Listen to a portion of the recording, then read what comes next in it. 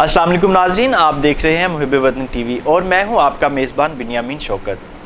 नाज़रीन, जैसा कि पिछले प्रोग्राम में हमने ये अनाउंस किया था कि हम एक नया तालीमी सिलसिला शुरू कर रहे हैं जिसमें हम मुख्तलिफ़ सब्जेक्ट के माहिरीन को स्टूडियो में बुलाएंगे और स्टूडेंट्स की रहनुमाई के लिए तालीमी लेक्चर्स रिकॉर्ड करके ऑन एयर करेंगे। तो नाज़रीन, इस सिलसिले में आज हमारे साथ मौजूद हैं जनाब अब्बास रशीद भट्ट साहब। सर, आपको हम स्टूडियो में वेलकम कहते हैं। नाज़रीन, हम इस सिलसिले में सबसे पहला जो हमने सब्जेक्ट सेलेक्ट किया है वो है मीडिया रिसर्च। मीडिया रिसर्च में अब्बास रशीद भट्ट साहब किसी तारुफ के मोहताज नहीं हैं। आप मुख्तलिफ यूनिवर्सिटीज़ में दरस व तदरीस के फ़राइज़ सर अंजाम दे चुके हैं। गवर्नमेंट यूनिवर्सिटी में भी 3 साल तक असिस्टेंट प्रोफेसर के तौर पर पढ़ाते रहे और ज़ाती मसरूफियत की बिना पर वहाँ से छोड़ दिया। जिनमें आपको बताता चलूँ कि अब्बास रशीद भट्ट साहब अब तक फील्ड रिसर्च के 88 प्रोजेक्ट मुकम्मल कर चुके हैं। आप 14 से ज़ायद PhD स्टूडेंट्स को गाइडलाइन दे चुके हैं और सैकड़ों MA और MPhil के स्टूडेंट्स के थीसिस कंप्लीट करवा चुके हैं। आज हमारी खुशकिस्मती कि वो हमारे साथ स्टूडियो में मौजूद हैं और हमें रिसर्च मैथडोलॉजी के ऊपर sequence wise, subject wise, chapter wise lectures record करवाएंगे और हम वक्तन फ़वक्तन स्टूडेंट्स के लिए वो प्रोग्राम अपने चैनल पर अपलोड करते रहेंगे। स्टूडेंट, जैसा कि आपको मालूम है कि रिसर्च मैथडोलॉजी एक मुश्किल सब्जेक्ट है और इस प्रोग्राम का मकसद इस मुश्किल सब्जेक्ट को आपके लिए आसान तरीके से बयान करना है। अब्बास रशीद भट्ट साहब का जो तरीका बयान है वो आप देखेंगे इंतहाई सादा और समझाने वाला है, जिससे स्टूडेंट बड़ी आसानी से बात समझ जाएगा। तो आज जो हम चैप्टर डिस्कस करने वाले हैं वो जनरल क्वेश्चंस जो रिसर्च के बारे में स्टूडेंट के जहन में आते हैं वो हम आज का प्रोग्राम उस सिलसिले में करेंगे। यानी रिसर्च क्या है, रिसर्च क्यों की जाती है, रिसर्च की डिफरेंट काइंड्स क्या हैं, रिसर्च के फ़ायदे क्या होते हैं। तो मैं सबसे पहले अब्बास रशीद भट्ट साहब से अर्ज़ करूँगा कि सर हमारे स्टूडेंट्स को ज़रा ये बताएं कि रिसर्च है क्या, रिसर्च क्यों की जाती है। बिस्मिल्लाहिर्रहमानिर्रहीम। सबसे पहले तो बिन्यामीन शौकत साहब का मैं मशकूर हूँ और मुहिब वतन टीवी चैनल का कि उन्होंने मुझे इनवाइट किया और स्टूडेंट की रहनुमाई के लिए तहकीक के मौजू को कोशिश करेंगे हम कि भाई इसके ऊपर आम फहम लफ्ज़ों में जो है वो बात की जाए ताकि जो BS लेवल का स्टूडेंट है या MS लेवल का स्टूडेंट है उसको बातों की समझ आए। अच्छा, जिस तरह बिन्यामीन साहब ने बात की कि स्टूडेंट लाइफ में उनको रिसर्च जो है वो बड़ी मुश्किल लगती थी, तो आज भी फीलिंग जो है वो स्टूडेंट के यहाँ वो यही है कि जब वो रिसर्च का लफ्ज़ सुनते हैं तो वो समझते हैं कि ये कोई बड़ी मुश्किल सी कोई चीज़ है और बड़ी मुश्किल सी कोई बात है। लेकिन जहाँ तक इतने सालों का एक्सपीरियंस है तो मैं समझता हूँ कि it's a most simplest thing in academics. सिर्फ प्रॉब्लम ये आती है स्टूडेंट को जब वो क्लैरिटी ऑफ आइडियाज़ नहीं होते, उनमें चीज़ों की क्लैरिटी नहीं होती, उनकी कोई बेस नहीं होती, तो फिर वो चीज़ों को उनके लिए समझना ज़रा मुश्किल होता है। और हमारे यहाँ प्रॉब्लम ये रही है कि जिनको रिसर्च की थोड़ी बहुत समझ है वो कोशिश करते हैं कि वो स्टूडेंट को इतना कंफ्यूज कर दें और वो जो बहुत ही आसान सी चीज़ है वो मुश्किल तरीन हो जाए। अब मैं एक फोरम में बैठा हुआ था तो वहाँ एक PhD स्कॉलर थे, बल्कि PhD इन फ्रॉम पाकिस्तान। तो जब उनसे डेफिनेशन के बारे में पूछा गया कि यार रिसर्च क्या है, तो मेरे लिए बड़ी हैरत की बात हुई जब उन्होंने कहा कि रिसर्च का मतलब है रिसर्च। और मुझे अफसोस हुआ कि यार एक शख्स PhD करने के बाद जब रिसर्च को डिफ़ाइन नहीं कर सकता तो उसने अपने स्टूडेंट को क्या डिफ़ाइन करना है और वो स्टूडेंट को क्या अंडरस्टैंडिंग देनी है। ओके, मैं यानी कि जब हम रिसर्च की बात करते हैं तो रिसर्च को अगर हम कहें in a very simplest phrase कि it's a systematic inquiry of phenomenon. Systematic inquiry का मतलब है कि जब हम चीज़ों को सिस्टमैटिकली चेक करते हैं तो हम उसको रिसर्च कह सकते हैं। और सिस्टमैटिक के लिए ज़रूरी है कि हम जो सेट रूल्स एंड रेगुलेशंस हैं उनको अप्लाई करें। सेट रूल्स एंड रेगुलेशन जो हैं वो basically rules and regulation for data collection होते हैं, rules and regulation for data analysis होते हैं। जब हम सिस्टमेटिक इंक्वायरी में जाएंगे तो फिर यही होता है कि भी जिस प्रॉब्लम को हमने आइडेंटिफाई किया और उस प्रॉब्लम का सलूशन हम लेने जा रहे हैं, तो ये देखना होता है कि अप्रोप्रिएट जो मेथड ऑफ डेटा कलेक्शन है वो क्या है, और इस डेटा कलेक्शन में appropriate method of data analysis क्या है।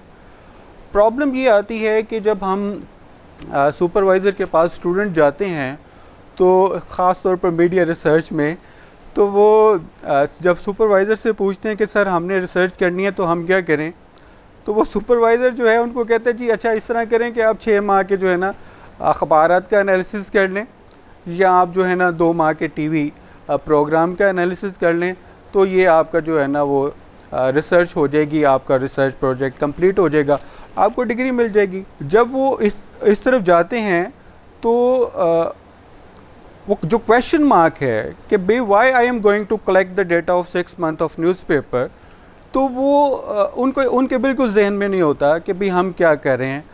अच्छा, उसके बाद जो अगला स्टेप आता है तो वो फिर सुपरवाइज़र के पास आते हैं कि सर हमने डेटा तो कलेक्ट कर लिया है, तो सर हमें बताएं कि ये थ्योरी कौन सी लगेगी। अच्छा, वो टीचर जो है अपनी अंडरस्टैंडिंग से बता देता है कि जी ये फ़लाँ थ्योरी लगा लें। वो थ्योरी जो है इस तरह लगाई जाती है, वो इतनी एब्सर्ड होती है, मजाका खेज़ होती है कि जब वो हमारे पास रिव्यू के लिए आता है तो हम सर पकड़ के बैठ जाते हैं कि इस थ्योरी की रेलिवेंसी नहीं थी इस डेटा कलेक्शन में, या जो प्रॉब्लम जो है उसने आइडेंटिफाई की उसको एड्रेस करने में ये थ्योरेटिकल पर्सपेक्टिव जो अप्रोप्रिएट नहीं है। यानी कि जब हम रिसर्च स्टार्ट करनी है तो मेरी अंडरस्टैंडिंग है सबसे पहले स्टूडेंट को थ्योरेटिकल पर्सपेक्टिव की क्लैरिटी हो कि इस फिनोमिनन को वो किस एंगल से देख रहा है, और इस एंगल से देखते हुए उसको किन चीज़ों का ख्याल रखना है। जब तक थ्योरेटिकल पर्सपेक्टिव क्लियर नहीं होता बिन्यामिन साहब, उस वक्त तक जो है वो आप कोई भी प्रॉब्लम को आइडेंटिफाई नहीं कर पा रहे होते। तो बजाय कि स्टूडेंट डेटे की तरफ जाएं फौरी तौर पर, या वो चीज़ों को कलेक्ट करने की कोशिश करें या लिटरेचर रिव्यू की तरफ जाएं, तो मैं समझता हूँ सबसे पहले जो है वो कोशिश ये करनी चाहिए कि वो थ्योरेटिकल पर्सपेक्टिव को अंडरस्टैंड करें। यहाँ पर सुपरवाइज़र जो है उसकी इन्वॉल्वमेंट बहुत ही एसेंशियल हो जाती है कि वो स्टूडेंट को गाइड करे कि भाई इस थ्योरेटिकल पर्सपेक्टिव को जो है वो पढ़ा जाए। हमारे यहाँ ये है कि कोशिश करते हैं कि भाई बच्चा डेटा कलेक्ट कर ले तो उसके बाद जो है रिसर्च प्रोसेस की तरफ चले। मैं एक छोटी सी एग्जांपल देता हूँ कि अभी यूके से जो है वो पीएचडी स्कॉलर आए और उन्होंने कहा कि सर ये सुपरवाइज़र जो हैं वो स्पोर्ट्स डिप्लोमेसी और स्पोर्ट्स कम्युनिकेशन में काम करवाना चाहते हैं। तो जब वो उनके साथ एक्सचेंज ऑफ आइडियाज़ हुआ तो पता चला है कि उस सुपरवाइज़र ने उनको 3 बुक्स दी हैं, यानी कि 3 books for reading before selection of topic, before construction of topic. यानी कि रिसर्च वो जो सुपरवाइज़र है उसने ख़ुद 3 किताबें दी हैं कि ये पहले पढ़ें और उसके बाद फाइनल करें कि रिसर्च टॉपिक आपका क्या होगा। और हमारे यहाँ जो है वो कोशिश ये की जाती है कि पूरे का पूरा वो रिसर्च वर्क हो जाए, तो उस वक्त तक जो है वो सुपरवाइज़र कोई चीज़ प्रोवाइड नहीं करता। बेसिकली सुपरवाइज़र जो है मैं समझता हूँ कि वो मेंटोर होता है, वो ऑन करता है एक स्टूडेंट को कि अच्छा वो मेरे पास आए और मैं उसको प्रॉपर गाइडलाइन दूँ। तो मैं समझता हूँ कि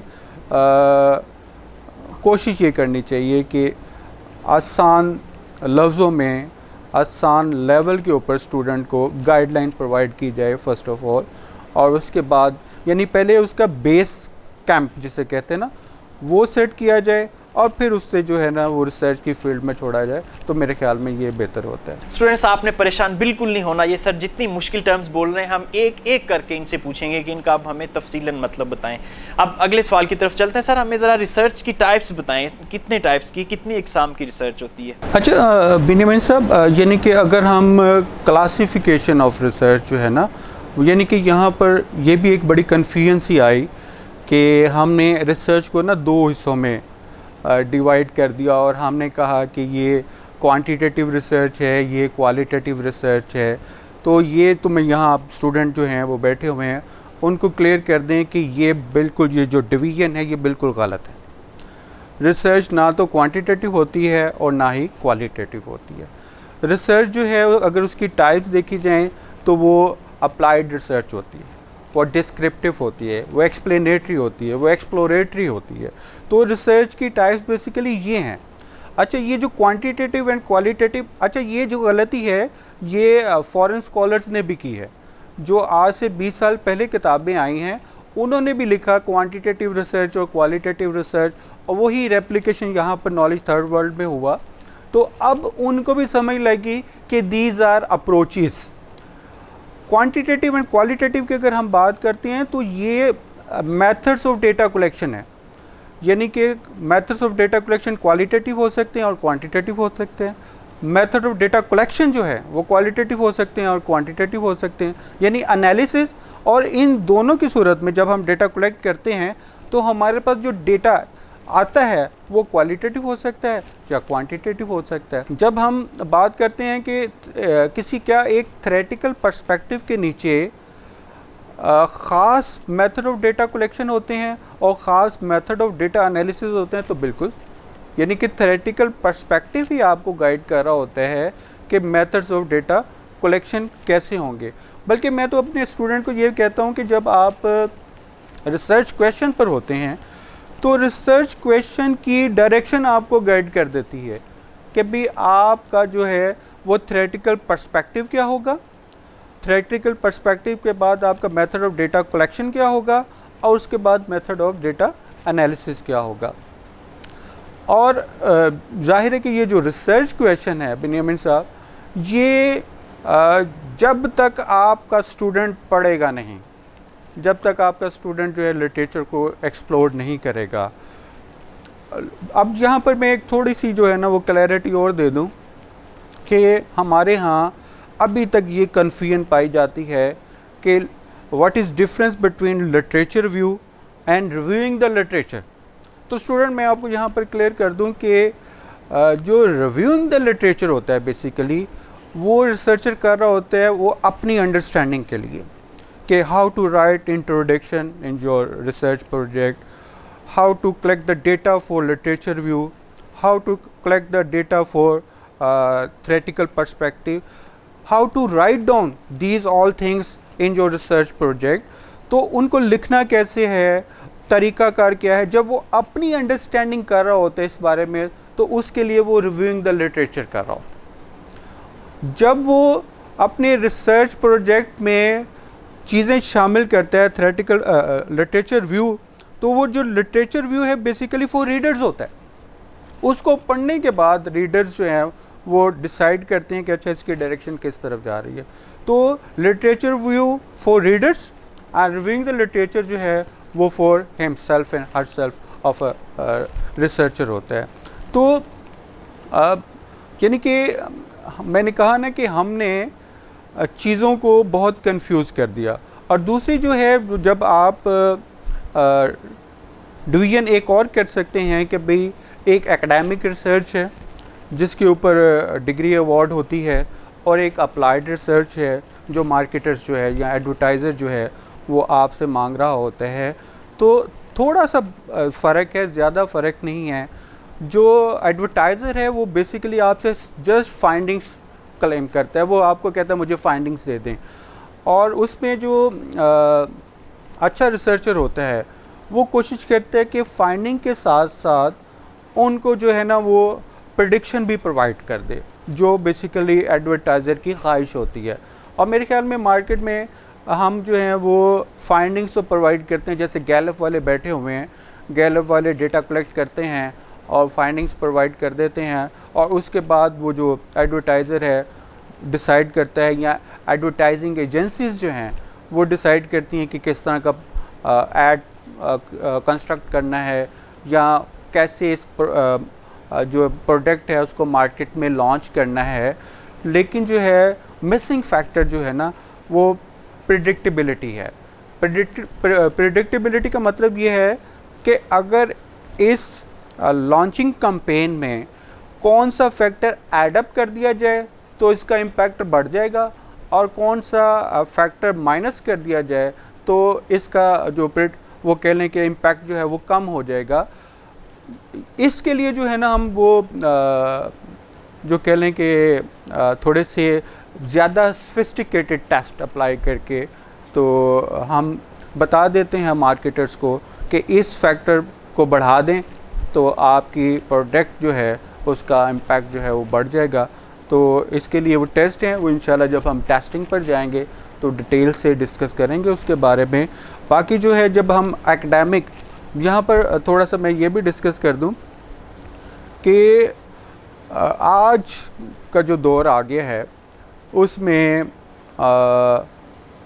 इतने ज़्यादा स्टूडेंट रिसर्च में आते हैं, ख़ास तौर पर मीडिया रिसर्च की जब बात करते हैं, और एक सुपरवाइज़र के पास डजन्स ऑफ स्टूडेंट होते हैं जो रिसर्च कर रहे होते हैं, और मेरा ख्याल है कि एक सुपरवाइज़र उनको जस्टिफाई नहीं कर पाता। और ये हायर एजुकेशन कमीशन जो है वो ये तो कहता है कि भाई रिसर्च आनी चाहिए स्टूडेंट यूनिवर्सिटी से, ताकि वो यूनिवर्सिटी को हम एवेल्यूएट कर लें रिसर्च की बेस के ऊपर, लेकिन जो है वो जो फैकल्टी एंड स्टूडेंट वाइज जो डिवीज़न है उसको जो है वो मॉनिटर नहीं करता। और किसी एक टीचर के पास जो है 15 रिसर्च प्रोजेक्ट होते हैं और किसी एक टीचर के पास 2-3 रिसर्च प्रोजेक्ट होते हैं, तो डेफिनेटली बिन्यामीन साहब जब क्वांटिटी बढ़ती है तो फिर क्वालिटी जो है वो कंप्रोमाइज़ होती है। सर हमारे स्टूडेंट्स को थोड़ा ये गाइड करें कि ये जो हमने पूरा सिलेबस कवर करना है रिसर्च मैथडोलॉजी का इस पूरे प्रोग्राम में, उसमें हम क्या क्या चीज़ें चैप्टर वाइज डिस्कस करेंगे या स्टूडेंट्स को तफसीलन बता दें। देखिए मेरा तो यानी स्टार्ट से ये होता है कि रिसर्च को ऑन प्रैक्टिकल ग्राउंड्स सीखा भी जाए और किया भी जाए, और कोशिश ये होती है कि हमें ये जब एकेडमिक बात होती है तो स्टूडेंट को ये बताया जाता है कि ये इंट्रोडक्शन का चैप्टर है, ये लिटरेचर रिव्यू का, ये थ्योरेटिकल पर्सपेक्टिव है, ये रिसर्च डिज़ाइन या मेथडोलॉजी का है, ये फाइंडिंग एंड डेटा एनालिसिस है, ये डिस्कशन का चैप्टर है, और ये आपके कंक्लूजन वगैरह है। हम ये चैप्टर वाइज तो करेंगे, लेकिन कोशिश ये होगी कि हम ये स्टूडेंट को बताएं कि how to write down the chapter of introduction, कि भाई इंट्रोडक्शन आपने लिखनी कैसे है, इसी तरह लिटरेचर व्यू है वो आपने लिखना कैसे है, वो उसकी टेक्निकलिटीज़ क्या हैं, किन टेक्निकलिटीज़ का ख्याल रख के वो जो है वो चीज़ें आपने लिखनी है। और इसी तरह वो थ्योरेटिकल पर्सपेक्टिव हम लिखते हैं, लेकिन थ्योरेटिकल पर्सपेक्टिव देने का मतलब ये नहीं होता कि एक चैप्टर बना दिया जाए। थ्योरेटिकल पर्सपेक्टिव का मतलब ये होता है कि what is the relevance of this theoretical perspective to your research topic. तो जब तक ये रेलिवेंस नहीं होगी और जो है वो उस वक्त तक जो है वो आपका वो थ्योरेटिकल पर्सपेक्टिव का सिलेक्शन ही गलत होता है। ठीक है, आपको बेसिकली रेलिवेंस। इसी तरह जब रिसर्च मेथडोलॉजी में आते हैं तो उसका मतलब ये होता है कि आप आर्गूमेंट्स दे रहे होते हैं, आर्गूमेंटेटिव स्टाइल होता है कि why I select research survey method. वो आप बताते हैं कि सर्वे मेथड क्यों मैंने चूज़ किया है, मैंने फोकस ग्रुप क्यों चूज़ किया है। उसमें आपने ये नहीं बताना होता कि what is meant by focus group या what is meant by content analysis. Basically आप बता रहे होते हैं कि रिसर्चर जो है, जो रिसर्च कर रहा है, उसने कंटेंट एनालिसिस क्यों सिलेक्ट किया है, वो क्यों most appropriate method of data collection है इस रिसर्च में। तो फिर आप डिबेट कर रहे होते हैं कि फ़लाँ रिसर्चर ने कंटेंट एनालिसिस यूज़ किया था, उसके ये रिज़ल्ट आए थे, उसमें ये कह लें कि डायरेक्शन निकली थी, तो मैं उसी को फॉलो कर रहा हूँ। या आप कहते हैं कि फ़लाँ रिसर्चर ने इन मेथड के ज़रिए इस फिनोमिनन को एक्सप्लोर कर लिया है, तो मैं जो हूँ इससे नई डायरेक्शन में एक्सप्लोर करने जा रहा हूँ, इसलिए मेरा मेथड ऑफ डेटा कलेक्शन ज़रा मुख्तलिफ है। तो बेसिकली ये चीज़ें जो है तो हम एक्सप्लोर यानी कि बताते हैं। Sir really interesting. नाज़रीन, आपने हमारे साथ रहना है, हम आपको बहुत सी मुफीद मालूमात इस प्रोग्राम में देने वाले हैं, लेकिन अभी यहाँ हुआ टाइम एक ब्रेक का। आप हमारे साथ रहिए, मिलते हैं ब्रेक के बाद।